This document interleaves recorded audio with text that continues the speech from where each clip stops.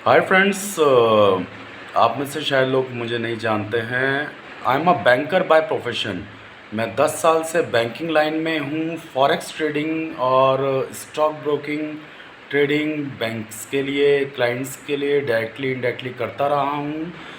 सो बहुत टाइम से मैं देख रहा हूँ कि बहुत सारे YouTubers experience new stock broking के बारे में बहुत नॉलेज दे रहे हैं, स्टॉक्स के बारे में, या आपको ये बाय करना चाहिए, आपकी इस तरह से बाय करना चाहिए, ये पर्टिकुलर स्टॉक अब इतनी ट्रेडिंग में अप होगा, इतने में डाउन होगा। और काफ़ी लोग 99% जो इंडियन न्यू कमर्स हैं, जो कुछ सेविंग करना चाहते हैं, वो इस तरह से स्टॉक्स में पैसा लगाकर अपना पैसा डुबा देते हैं। फ्रेंड्स, सबसे पहले हमें ये समझना चाहिए कि कौन लोग हैं जो इस पैसे को स्टॉक मार्केट में लगा रहे हैं। देखिए, हमेशा से मैं कोई नई चीज़ आपके सामने नहीं बताने वाला हूँ। मैं एक बहुत बेसिक्स पे बात करेंगे आज हम। सबसे पहले हमारे जो ओल्ड लोग होते थे, पुराने लोग होते थे, वो सेविंग्स बहुत ज़्यादा करते थे एज़ कम्पेयर टू आज के लोग। हमारी माताएं गोल्ड में बड़ा इन्वेस्ट करती थी, अपने पास गोल्ड बचा के रखती थी। हमारे पेरेंट्स कुछ प्रॉपर्टीज़ ले लेते थे, उस एसेट्स को रेंटेड करके फिर उसमें से रेंटेड इनकम करते थे, एफडीज़ में पैसा लगा लेते थे। सो वो जैसे जैसे इन्फ्लेशन बढ़ता चला गया, नए नए प्रोडक्ट्स मार्केट में आते रहे, ये टेंडेंसी साइकोलॉजी भी चेंज होती रही इन्वेस्टमेंट्स की। पिछले 10 साल में इन्वेस्टमेंट की जो साइकोलॉजी है पूरी तरह से कम्प्लीटली चेंज हो गई है। आज सबसे पहले जो पुराना टाइम हम मान के चलते थे, रियल इस्टेट एक बहुत बड़ा एसेट ग्रोइंग इंडस्ट्री था, पर रियल इस्टेट में सिर्फ वही पैसा लगा पाता था जिसके पास एक्स्ट्रा इनकम हो, अच्छी इनकम हो। दूसरा पार्ट आता था, कुछ गोल्ड ले लिया, कोई चांदी का कुछ ले लिया, इस तरह का, जिसके पास थोड़ा कम पैसा था या बहुत जिसके पास लिमिटेड रिसोर्सेज थे, वो एक एफडी करा लेता था। उसके बाद कुछ स्टॉक्स की नॉलेज आती चली गई लोगों में, स्टॉक्स में पैसा इन्वेस्ट करता चला गया, और जिसमें कि पिछले 10-20 साल में बहुत अच्छी ग्रोथ भी देखने को मिली। लोगों ने कुछ पेनी स्टॉक्स में पैसा लगाया, कोई 20-30 रुपए का कोई स्टॉक ले लिया, वो 200 हो गया, 300 हो गया, और वही स्टोरीज़ आज तक चलती आ रही है। उन्हीं स्टोरीज़ को देख देख के लोग इन्वेस्ट करते चले आ रहे हैं। देखिए फ्रेंड्स, सबसे पहले हमें ये समझना पड़ेगा कि इन्वेस्टमेंट की ज़रूरत किसको है और उसके पीछे की साइकोलॉजी क्या है।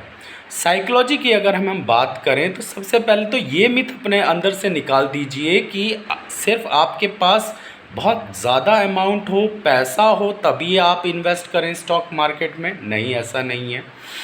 5 रुपये 10 रुपये का भी स्टॉक है और 15 से 20,000 30,000 रुपये का भी स्टॉक है, तो कहीं ना कहीं आपके लिए भी प्रोडक्ट है। पहली बात। दूसरी बात, दूसरा जो सबसे बड़ा मिथ है, हमें उस इन्वेस्टमेंट से रिटर्न कितना चाहिए। हम एक लॉजिकल इन्वेस्टमेंट की बात कर रहे हैं तो लॉजिकल रिटर्न की भी बात करें। मेरे पास बहुत सारे इस तरह के क्लाइंट्स आते हैं, जी मेरे पास एक पोर्टफोलियो में 140 स्टॉक हैं, 200 स्टॉक हैं, 250 स्टॉक्स हैं, इसमें से मैंने 1 लाख लगाया, मुझे 10 लाख चाहिए, 20 लाख चाहिए, 25 लाख चाहिए। नहीं हो पाएगा। टोटली रॉन्ग परसेप्शन है। पहले अपना लॉजिक तैयार कीजिए, उसमें से रिटर्न देखिए। स्टॉक का मतलब ये है कि कोई भी एक बिजनेस ओरिएंटेड कंपनी है, उसका फंडामेंटल्स अच्छे हैं। फंडामेंटल का मतलब हर साल वो अपने प्रॉफिट्स गेन करती जा रही है। जब आप उसकी फंडामेंटल बैलेंस शीट देखते हैं तो आप देखते हैं कि आज एक कंपनी है, वो 5 करोड़ का प्रॉफिट कर रही है, अगले साल उसने 5 करोड़ 20 लाख का प्रॉफिट किया, फिर उसके आगे उसने 5 करोड़ 40 लाख का किया। इस तरह से 10-20% करके बढ़ रही है। तो उसी रेशो में आप अपना भी प्रॉफिट एक्सपेक्ट कीजिए। आज आपने 1,000 रुपये लगाए किसी एक पर्टिकुलर स्टॉक में, उसमें से आप ये एक्सपेक्ट कर सकते हैं कि हाँ, मुझे 10% का प्रॉफिट मिलता है, मुझे 15% का प्रॉफिट मिलता है, और हद से ज़्यादा बहुत अच्छा स्टॉक है तो 20% का प्रॉफिट मिलता है। सबसे पहले तो ये आप अपने अंदर परसेप्शन कीजिए। दूसरी बात, क्रिकेट टीम में जैसे 11 प्लेयर होते हैं, बेस्ट हिंदुस्तान की इतनी करोड़ों की जनसंख्या में टॉप 11 हम प्लेयर रखते हैं क्रिकेट में। अगर आज की साइकोलॉजिकल हिसाब से हम सोचें तो 100 बंदों की टीम होनी चाहिए, 50 लोगों की टीम होनी चाहिए, पर होते 11 लोग ही हैं जो टॉप 11 होते हैं। ऐसे स्टॉक्स में हैं, निफ्टी में स्टॉक्स हैं, ठीक है, आपका एनएससी में है, बीएससी में है, जितने भी स्टॉक है उसमें से टॉप 10 या 11 स्टॉक आपके पोर्टफोलियो में होने चाहिए।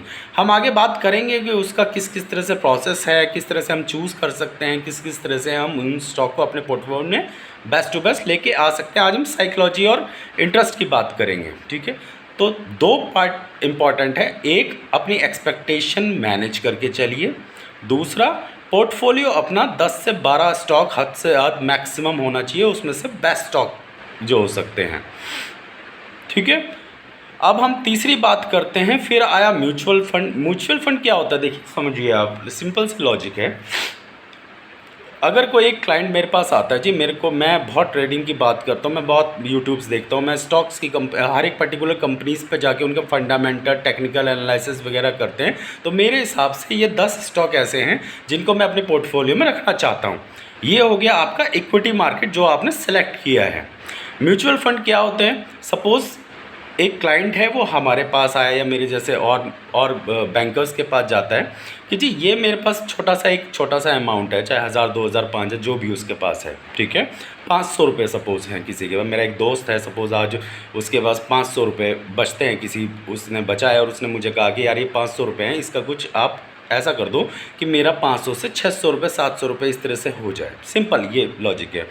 तो मैं एज अ बैंकर मुझे पता है कि उस पोर्टफोलियो में कौन सी ऐसी मैं 10 कंपनीज सेलेक्ट करके उसको दे सकता हूँ, या अपनी खुद की एनालिसिस के अकॉर्डिंग जो उसका 500 का 600 हो जाए, 650 हो जाए, उसका पैसा भी बना रहे और उसमें प्लस प्लस इंटरेस्ट भी आता चला जाए। वो हो गया एक सिंपल सा म्यूचुअल फंड का आइडिया।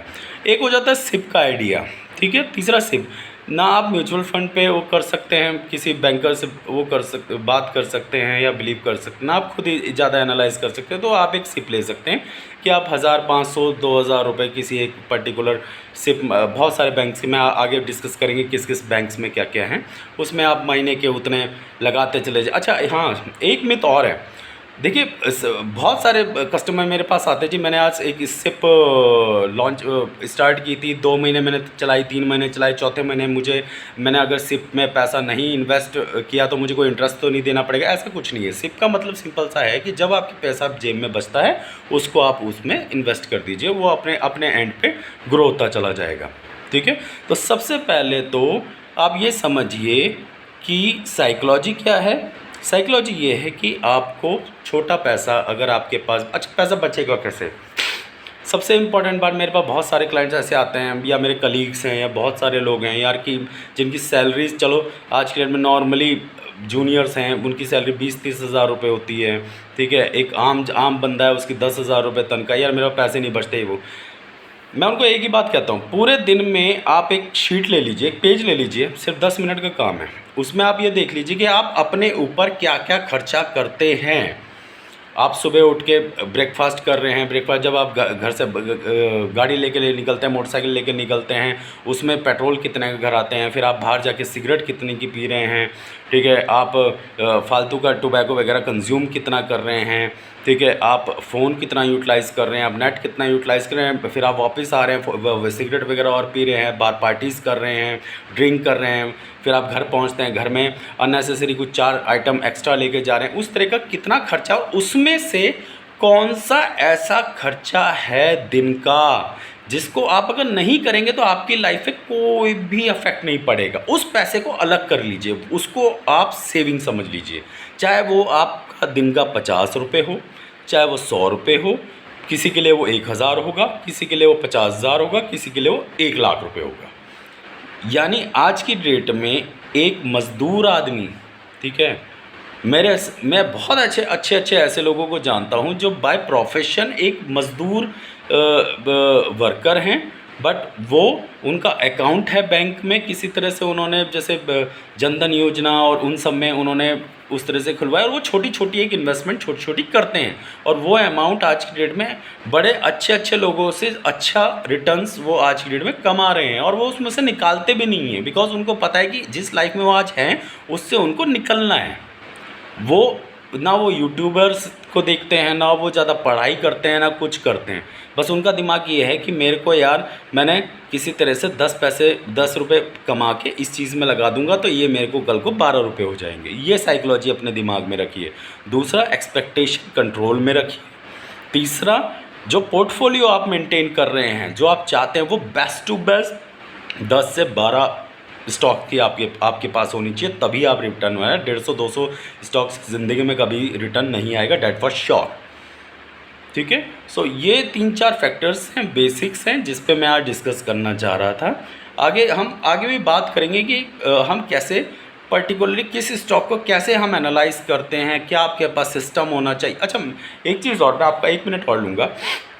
आपके पास आप पुराने बहुत लोगों की बातें सुनते हैं, झुनझुनवाला जी हैं और बहुत सारे हैं जिन्होंने बहुत अच्छा रिटर्न कमाया। किसी ने 100 रुपये लगाए थे, आज वो 1000 हो गए 10 साल में, 20 साल में। देखिए, अब वो मार्केट नहीं रहा।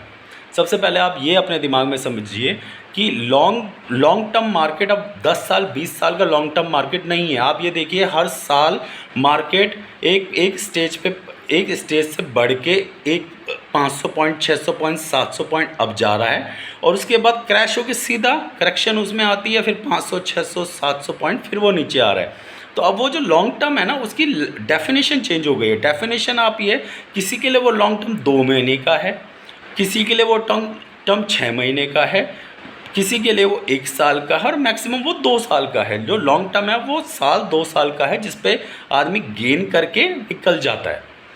ये मैं अपने जितने भी क्लाइंटेज हुआ है उनके यही सजेशन रहता है कि कोई भी पर्टिकुलर कोई स्टॉक आप चूज़ करते हैं उसके लिए लॉन्ग टर्म इतना रखिए, सो दैट आप उसमें से जितना आप निकाल सकें निकाल दिए।